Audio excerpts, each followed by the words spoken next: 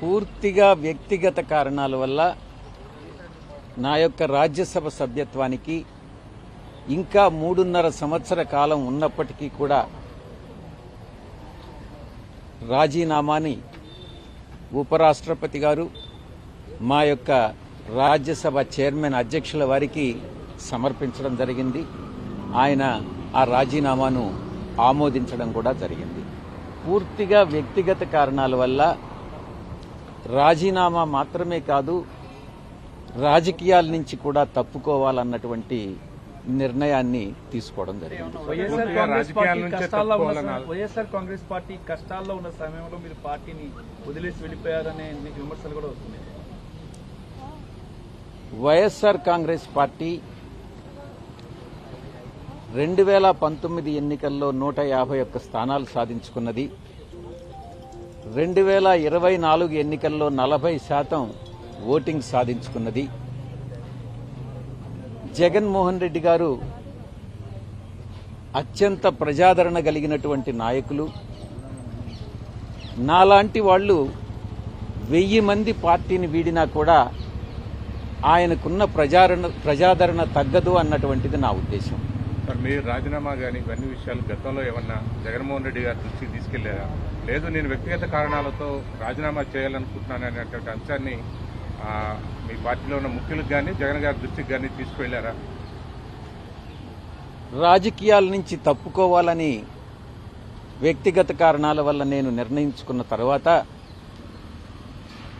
జగన్మోహన్ రెడ్డి గారు లండన్లో ఉన్నారు. ఆయనతో నేను ఫోన్లో మాట్లాడి అన్నీ చాలా వివరంగా వివరించడం జరిగింది.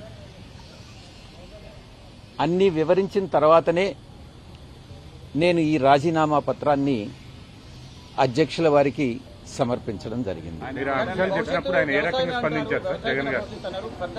ఒక్కొక్కరు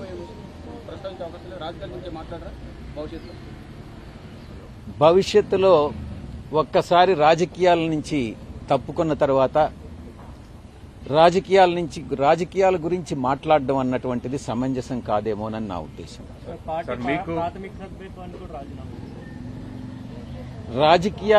రాజకీయాల నుంచి తప్పుకున్న తర్వాత ఇక ప్రాథమిక సభ్యత్వం అన్నటువంటిది ఎలా ఉంటుంది? అంటే పార్టీ ఫార్మల్ రాజీనామా చేయడం వెళ్లిన తర్వాత రాజీనామా సమర్పించడం జరుగుతుంది. సరే, ఇది ఒక ప్లాన్ ప్రకారం జరుగుతుంది అనేది ఒక విమర్శ వస్తుంది. గతంలో టీడీపీ నుంచి ఎంపీలు బీజేపీకి వెళ్లారు. అలాగే విజయసాయి రెడ్డి రాజీనామా చేసిన తర్వాత అలాగే వైసీపీ వాళ్ళు వెళ్ళిన తర్వాత బీజేపీలో చేరతారనే ప్రచారం జరుగుతుంది. నేను బీజేపీలో చేరతానని గతంలో ఏదైతే టీడీపీ వాళ్ళు రాజీనామా రాజీనామా చేశారు, ఆయనకు బీజేపీ టికెట్ మళ్ళీ బీజేపీ ఆయన ప్లేస్ ని రీప్లేస్ చేసింది, ఆయనకే ఇచ్చింది. బీజేపీ రాజీనామా చేశారు, మీకు కూడా అట్లాంటిది వస్తుంది అనేది చర్చ నడుస్తుంది. నా సుదీర్ఘ రాజకీయ జీవితంలో నాకు తెలిసి నేను ఏ రోజు అబద్దాలు చెప్పలేదు. ఒక హిందూ ధర్మాన్ని నమ్మినటువంటి వ్యక్తిగా, వెంకటేశ్వర స్వామిని నమ్ముకున్నటువంటి వ్యక్తిగా నేను అబద్దాలు చెప్పుతాను అని చెప్పను. అలా చెప్పుతాను అని ఎవరైనా నమ్మినట్లయితే అది మీ యొక్క విజ్ఞతకే వదిలేస్తున్నాను.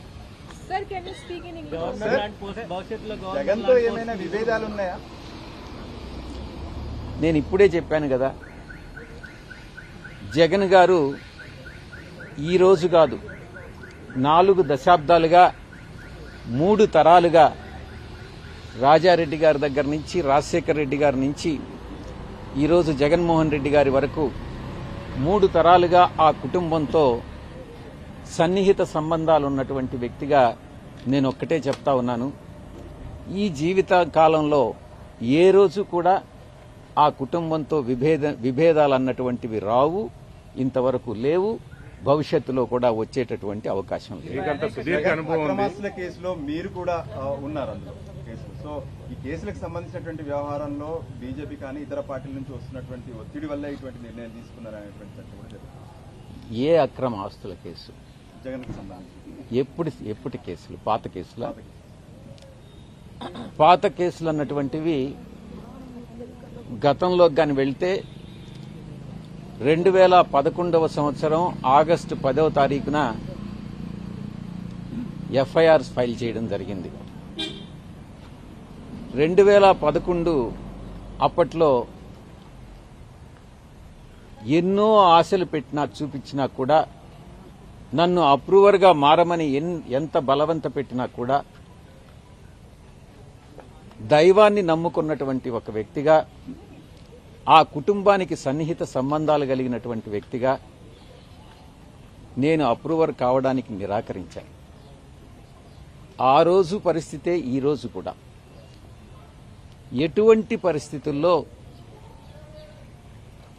దైవాన్ని నమ్మేటటువంటి వ్యక్తి ఎప్పుడు కూడా అబద్ధాలు చెప్పడు, ఒక వ్యక్తికి మోసం చేయడు, నమ్మక ద్రోహం అన్నటువంటిది ఉండదు, వెన్నుపోటు రాజకీయాలు, వెన్నుపోటు వ్యాపార లావాదేవీలు ఉండవు అని నేను చాలా స్పష్టంగా చెప్తా ఉన్నా. కూటమి ప్రభుత్వం అధికారంలోకి వచ్చిన తర్వాత కూడా మీపై చాలా కేసులు పెట్టాయి సార్. మరి ఈ కేసులన్నీ ఎట్లా ఎదుర్కోబోతున్నారు? రాజకీయాల నుంచి బయటకు వెళ్తే తదుపరి ఈ కేసుల విషయంలో ఏ విధంగా వ్యవహరిస్తారు? కూటమి ప్రభుత్వం అధికారంలోకి వచ్చిన తర్వాత నా మీద మొట్టమొదటిగా పెట్టినటువంటి case Kakinada seaports limited case. నేను ఒక్కటే చెప్తా ఉన్నా, ఇంతవరకు నా మీద లుకౌట్ నోటీస్ ఇచ్చారు, నన్ను అక్యూజ్డ్ నెంబర్ 2గా చేశారు. నేను గతంలో కూడా ఈడీ ముందు ఇంతవరకు నన్ను సిఐడి పిలవలేదు. ఈడీ వాళ్ళు పిలిచినప్పుడు నేను ఒక్కటే చెప్పాను, ఆ వెంకటేశ్వర స్వామి సాక్షిగా కేవీ రావు అనేటటువంటి వ్యక్తి ఏదైనా ఒక సోషల్ ఫంక్షన్లో కలిస్తే నమస్తే నమస్తే అని చెప్పడమే కానీ ఆయనతో నాకు ఎటువంటి సన్నిహిత సంబంధాలు కానీ వ్యాపార లావాదేవీలు కానీ లేవు, నా మీద చేసినటువంటి ఆరోపణలన్నీ తప్పు అన్నటువంటిది చాలా స్పష్టంగా చెప్పడం జరిగింది. నేను వెళతాను, ఆయన్ని రమ్మనండి, ఆ దేవదేవులైనటువంటి వెంకటేశ్వర స్వామి మీద ప్రమాణం చేస్తాము అని మరొక్కసారి మీ ముందు నేను చెప్తా ఉన్నా. కేవీరావు గారు చెప్పేది నిజంగానైతే ఆయన పిల్లల మీద ప్రమాణం చేసి చెప్పమని చెప్పండి. నేను చెప్పేది నేను నా పిల్లల మీద ప్రమాణం చేసి నేను చెప్తా. నాకు కాకినాడ సీపోర్ట్ విషయంగా ఆ ట్రాన్సాక్షన్ గురించి ఏ రోజు నాకు ఎవ్వరూ చెప్పలేదు, నాకు తెలియదు. కేసు పెట్టిన తరువాత పూర్తిగా వివరాలన్నీ సేకరించిన తర్వాత అప్పుడే నాకు కాకినాడ సీపోర్ట్ అరబిందో వాళ్ళు అక్వైర్ చేశారు, 42% ఏదో అక్వైర్ చేశారు అన్నటువంటి విషయం తెలిసింది. చెప్పేది పూర్తిగా వినండి. విక్రాంత్ రెడ్డి అనే అతను నాకున్న పరిచయం చాలా కొద్ది. పిల్లవాడు, ఎక్కడైనా కనపడితే ఎలా ఉన్నావు విక్రాంత్ అంటే ఎలా ఉన్నావు అన్నటువంటిదే గాని విక్రాంత్ రెడ్డికి నాకన్నా ఎక్కువ పరిచయాలు ఉండేటటువంటి వ్యక్తి. నేను అతన్ని కేవీరావుకి ఇంట్రడ్యూస్ చేయాల్సినటువంటి అవసరం లేదు. మొట్టమొదటిగా ఎవరైనా ఏదైనా ఉద్యోగం కోసమో ఎవరైనా వస్తే ఏదైనా ఇండస్ట్రియలిస్ట్కి ఫోన్ చేసి చెప్పమంటే చెప్తానే గాని నాకు ఏ వ్యాపారాలు లేవు. నేను పూర్తిగా 24 గంటలు 365 రోజులు పార్టీ కోసంగా నేను పనిచేసే గాని రాజకీయాల్లో ఉన్నానే గాని నాకు ఎటువంటి వ్యాపారం లేదు. నేను దేంట్లోనూ భాగస్వామిని కాదు. మరొక ముఖ్యమైనటువంటి విషయం, కొన్ని పత్రికలు గాని కొన్ని ఛానల్స్ గాని నేను చూస్తా ఉన్నాను నిన్నటి నుంచి, ఈ కాకినాడ సీపోర్టు విషయంగా ఈ యొక్క రాజీనామాకు లింక్ చేసి ఎక్కడో అది జగన్ గారికి తగిలింది కాబట్టి విజయసాయిరెడ్డి రాజీనామా చేస్తున్నాడు అన్నటువంటి విషయాన్ని కొన్ని ఛానల్స్ చెప్తా వస్తా ఉన్నాయి. నేను ఒక్కటే చెప్తా ఉన్నా, మా వియంకుడు నా క్లాస్మేట్ బీకాంలో. ఆ తర్వాత ఆయన వ్యాపార రంగంలోకి వెళ్ళిపోయాడు. నేను సిఏ చార్టెడ్ అకౌంటెంట్గా వెళ్ళిపోయాను. తర్వాత మళ్లీ తిరిగి కలుసుకున్నది నా కూతుర్ని ఆయన కొడుక్కి సంబంధం చేసుకున్న తర్వాతనే. ప్రమాణం చేసి చెప్తా ఉన్నా, ఆయన వ్యాపార లావాదేవీలు ఏది కూడా నాతో ఏ రోజు డిస్కస్ చేయరు. వాళ్ళకి ఎన్ని ఫార్మా యూనిట్స్ ఉన్నాయన్నటువంటి విషయం కూడా నాకు తెలియదు. ఎందుకంటే కుటుంబ వ్యవహారాలు సక్రమంగా ఉండాలి అని అంటే ఆర్థిక వ్యాపార లావాదేవీలు ఉండకూడదు అన్నటువంటి విషయం నేను బలంగా నమ్ముతా.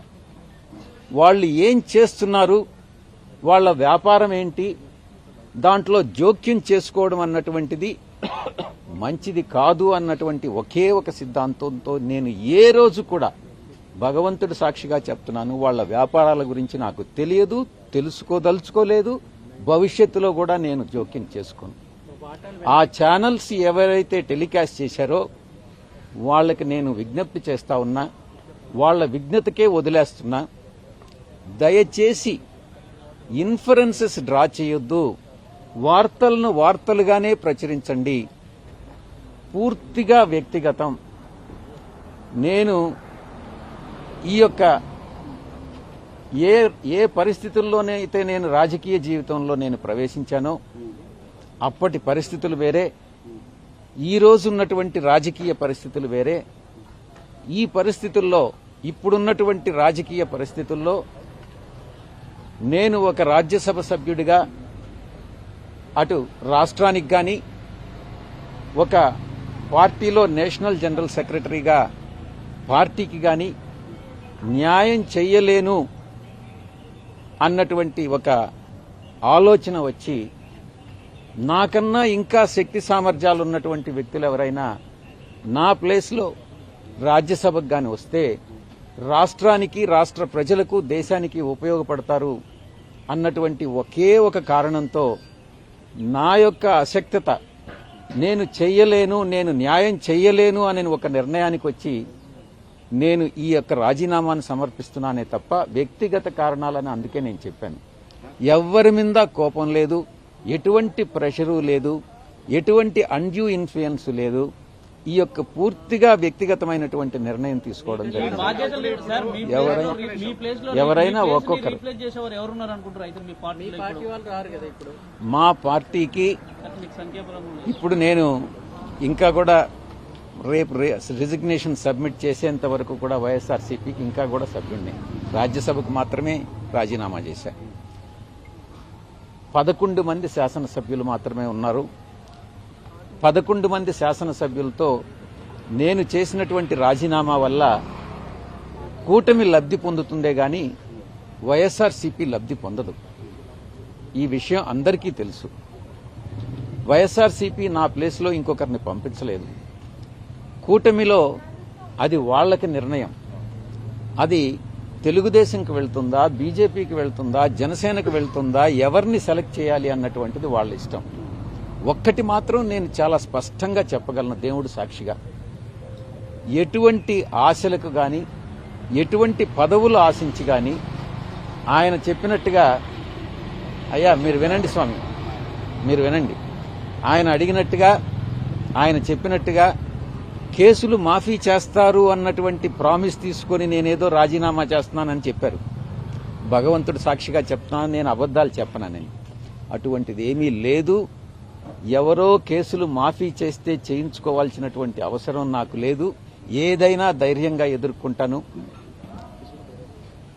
ఈ యొక్క లుకౌట్ నోటీస్ మీద హైకోర్టులో వేశాను. నేను గతంలో నా మీద ఒక మహిళ గురించి ఆరోపణలు చేస్తే మీ మీదనే, కృష్ణ వాళ్ళ ఛానల్ మీదనే నేను డిఫమేషన్ వేశాను.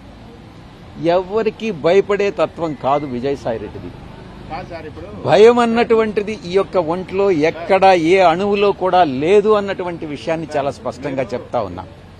నేను ఒక్కటే చెప్తా ఉన్నా, కొన్ని పత్రికలకి వాళ్ళు చేసేటటువంటివి మాత్రమే కరెక్టు, మిగతా వాళ్ళు చేసేవన్నీ తప్పులుగానే కనపడతా ఉంటాయి. ఈ దృక్పథం మంచిది కాదు. ఈ యొక్క బ్లాక్ మెయిలింగ్ టాక్టిక్స్ మంచిది కాదు అని నేను సవినయంగా నేను మనవి చేసుకుంటా ఉన్నా. అప్పుడు పరిస్థితులు వేరుగా ఉన్నాయి, ఇప్పుడు పరిస్థితులు వేరుగా ఉన్నాయి. మీరు రాజకీయాలకు వచ్చినప్పుడు పరిస్థితులు వేరుగా ఉన్నాయి, ఇప్పుడు వేరుగా ఉన్నాయి అన్నారు కదా.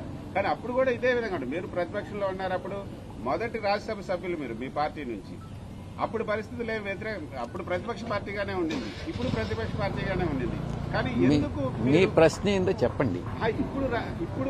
ఇప్పుడు రాజీనామా చేయడానికి కారణాలు ఏంటి అంటే మిమ్మల్ని అంటే నేను చెప్పిన దానికన్నా ఇంకా వేరే కారణాలు ఉన్నాయని నువ్వు నమ్ముతున్నావేమో కానీ నేనైతే కాదు. నమ్మట్లేదు. అంటే అందుకే జగన్మోహన్ రెడ్డి మీకు గవర్నర్ లాంటి పదవి ఇస్తారు. అడగండి, మీరు ఏదైనా ఫ్రీగా అడగొచ్చు. కాదు, నేను ఇంతకు ముందే చెప్పా. మిమ్మల్ని కాదని వేరే ఒక్క నిమిషం, మీరు అడిగిన తర్వాత నేను జవాబు చెప్పాలా, తర్వాత మీరు ప్రశ్న అడగాల. గవర్నర్ పదవి కానీ తిరిగి నేను మళ్ళీ బీజేపీలో ఎంపీ కావడం కానీ లేకుంటే వేరే ఇంకేదైనా పదవులు ఆశించి కానీ మీ మైండ్లో ఏముందో నాకు తెలియదు. మనసులో ఏ పదవులకు కానీ ఒక్కరి దగ్గర ఒక్క పైసా డబ్బులు తీసుకొని నేను రాజీనామా సమర్పించడం కానీ భగవంతుడి సాక్షిగా చెప్తున్నాను, అటువంటి హామీలేమీ లేవు. అటువంటి హామీలు తీసుకునేటటువంటి వ్యక్తి విజయసాయిరెడ్డి కాదు అన్నటువంటి విషయాన్ని మరొకసారి చెప్తాను. మీరు నమ్మకుండా ఉంటే అది మీ ఇష్టం. భవిష్యత్తులో అలాంటి అవకాశం వస్తే తీసుకుంటారా? గవర్నర్ కానీ ఎలాంటి అన్నా మీకున్నటువంటి రాజకీయ నేపథ్య అనుభవరీత్యా మీకు ఒకవేళ గవర్నర్ ఇదే ఇవ్వాలన్నా అనుకోండి, ఈ రోజు నా యొక్క ఆలోచన అంతా కూడా నాకు హార్టికల్చర్ అంటే చాలా ఇష్టం. దాని మీద చాలా రీసెర్చ్ గతంలో కూడా చేశాను, విదేశాల్లో కూడా పర్యటించిన. నాకున్న అనుభవంతో గెస్ట్ లెక్చర్స్ ఇవ్వడం అన్నటువంటిది చాలా ఇష్టమైనటువంటిది. నాకున్నటువంటి కొద్దిపాటి పరిజ్ఞానం ఏదైతే ఉందో దాంతో ఈరోజు చాలామంది చాలా ఆరోపణలు చేస్తూ వచ్చారు. ప్రతిపక్షంలో ఉన్నటువంటి వాళ్ళు కానీ అధికార పక్షంలో ఉన్నటువంటి వాళ్ళు కానీ విజయసాయిరెడ్డి విశాఖపట్నాన్ని దోచేశాడు అన్నటువంటిది రిధం కూడా చాలా బాగుంది. కొన్ని పత్రికలు చెప్తా ఉన్నాయి. ఆ దేవుడి సాక్షిగా చెప్తా ఉన్నా, ఎక్కడా ఏ డీల్స్లో విజయసాయిరెడ్డి అవినీతిపరుడు కాదు. నేను భగవంతుడి సాక్షిగా ఒక విషయంగాని చెప్తే నేను భగవంతుడిని నమ్మేటటువంటి వ్యక్తిగా అబద్ధం చెప్పను. ఎక్కడైనా నాకున్నది ఈరోజు ఆస్తి మీరు ఎక్కడైనా అఫిడవిట్లో చూసుకోవచ్చు. నా కూతురు ఆస్తులన్నీ కూడా లేకుంటే నా అల్లుడు ఆస్తులన్నీ కూడా వాళ్ళకి ఈరోజు చాలా పెద్ద కంపెనీ, కొన్ని వేల కోట్ల రూపాయల ఆస్తులు ఈ రోజు కాదు 40 సంవత్సరాలుగా వాళ్ళు వ్యాపార రంగంలో ఉన్నారు. నేను లేను. వాళ్ళు చేసే వ్యాపారాలన్నీ నాకు ఆపాదిస్తే నేను చేయగలిగింది ఏం లేదు. అది కూడా మీ ఛానల్స్కి మీ మనస్సాక్షికి నేను వదిలేస్తా ఉన్నా. దాంట్లో ఎంత నిజం ఉందన్నటువంటిది మీరే తెలుసుకోండి. నాకున్నది బెంగళూరులో ఒక ఇల్లు, విజయవాడలో 2 ఒకటి నాది, విశాఖపట్నంలో ఒక అపార్ట్మెంట్. ఇవి తప్ప నాకు ఏ ఆస్తులు లేవు. నేను చాలా కంఫర్టబుల్ జీవితాన్ని గడుపుతా ఉన్నాను. ఆస్తులు సంపాదించాలని లేదు. నేను గతంలో చెప్పాను, ఒకవేళ నేను అవినీతికి పాల్పడి సంపాదించినా కూడా ఒకరు 100, 200 కోట్లు 300 కోట్లు సంపాదించితే వాళ్లకు ఉండేటటువంటి ఆ బియ్యంకుడికి ఉండేటటువంటి వేల కోట్లలో ఈ 200 కోట్లనేటటువంటిది సముద్రంలో ఒక నీటి బొట్టు లాంటిది. ఆ అవసరం లేదు. ఆ చెడ్డ పేరు తెచ్చుకోవాల్సినటువంటి అవసరం నాకు లేదు. నీతిగా నిజాయితీగా బతకదామనుకున్నాను. కానీ కొన్ని పత్రికలు కొన్ని ఛానల్స్ నిరాధారమైనటువంటి ఆరోపణలు మోపి నా యొక్క ప్రతిష్టను భంగపరచడం కూడా వాస్తవం. కొంతకాలం క్రితం మీరు ఒక ఛానల్ పెట్టాలనే ఆలోచనను కూడా వెలుగుచ్చారు. ఆ విషయంలో ఎటువంటి మంచి ప్రశ్న వేశారు. గతంలో రామోజీరావు గారు, రాధాకృష్ణ గారు నా మీద వ్యతిరేకంగా దుష్ప్రచారం చేసినప్పుడు నేను ఒక నిర్ణయం తీసుకోవడం జరిగింది, ఛానల్ పెట్టాలి అన్నటువంటిది. ఈరోజు మారిన రాజకీయ పరిస్థితుల్లో నేను రాజకీయాల నుంచి తప్పుకున్న తర్వాత ఆ యొక్క నిర్ణయం తీసుకున్నటువంటి నిర్ణయం అమలు చేయాలా లేదా అన్నటువంటిది నేను పునరాలోచిస్తాను. ఈ రోజు నేను దానికి సమాధానం చెప్పలేనటువంటి పరిస్థితి. సార్ మీ పైన రెండోసారి నమ్మకం పెట్టి మీకు రాజ్యసభ ఇచ్చారు కదా, మీరు జగన్ కి ఫోన్ చేసి చెప్పామన్నారు, ఏమన్నారు సార్? వద్దని చెప్పలేదా? మీకు వద్దని రాజీనామా చేయొద్దని రాజీనామా మీకు ఎందుకు ఆ డౌట్ ఎందుకు వచ్చింది? ఆయన అడిగారు, మీరు వెయిట్ చేయాలా. అది చెప్పండి. జగన్ గారికి నేను అన్ని వివరంగా చెప్పాను. ఈ పరిస్థితుల్లో నేను న్యాయం చేయలేనన్నటువంటి విషయం కూడా చెప్పాను.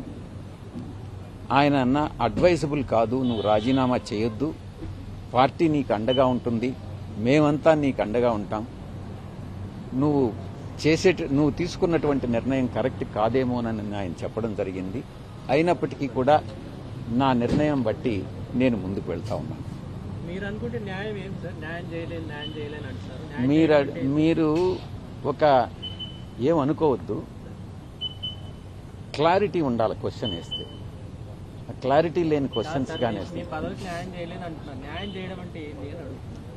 మీరు ఏ పత్రిక మీరు మీ యొక్క ఉద్యోగ ధర్మానికి మీరు న్యాయం చేస్తున్నారా? చెప్పండి. అది కాదులే సార్, మీరు ఆన్సర్ చెప్పండి. మీరు క్లారిటీతో అడగండి. నేను సార్ అంటే చెప్తాను. ఆయన అడిగింది ఏంటంటే, ఇప్పుడు మీరు అంటున్నారు కదా నేను న్యాయం చేయలేకపోతున్నాను, అందుకే నేను నా ప్లేస్ లో వేరే ఒకరిని పెట్టాలని. అంటే మీకు సరైనటువంటి గౌరవం ఇవ్వకపోవడం వల్లనే నేను ఒక్కటే చెప్తా ఉన్నా, నేను దైవ భక్తుణ్ణి, నేను అబద్ధాలు చెప్పలేను. అబద్ధాలు చెప్పకుండా ఈ కాలంలో రాజకీయాల్లో రాణించడం అన్నటువంటిది కష్టంగా ఉంది. నా మనసుకి తోచిన విధంగా ఇక్కడ నేను రాణించలేను రాజకీయాల్లో నన్ను నిర్ణయించుకున్నాను. ఇది వాస్తవం. చెప్తున్నారా మీకు? నువ్వు ఇన్ఫరెన్సెస్ డ్రా చేయొద్దు. నేను చెప్పింది విను. జగన్ ఏమైనా మిమ్మల్ని అబద్ధాలు చెప్పమని చెప్తున్నాడు, అందుకే మీరు రాధాకృష్ణ చెప్తున్నాడు, సరేనా? లేదు, ఈనాడు కిరణ్ చెప్తున్నాడు, సరేనా? అనవసరం. నువ్వు అడగాల్సింది క్లారిటీతో అడుగు, నేను చెప్తా. సార్ వ్యవసాయం ఎక్కడ చేయబోతున్నారు సార్? మార్స్ కానీ లేకుంటే చంద్రమండలంలో కానీ చేయకూడదు. అది ఏదన్నా రాజకీయాలకు సంబంధించిందా?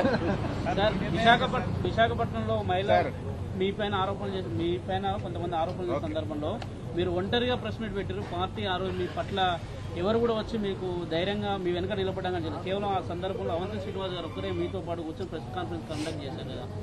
అట్లాంటిది ఏమైనా మీకు పార్టీ మిమ్మల్ని పట్టించుకోలేదనే కోణంలో మీకు ఏమైనా అనిపించిందా? నాటి సందర్భం నుంచి కూడా మీకు కొంత అసంతృప్తి ఉన్నట్టు అనిపించింది.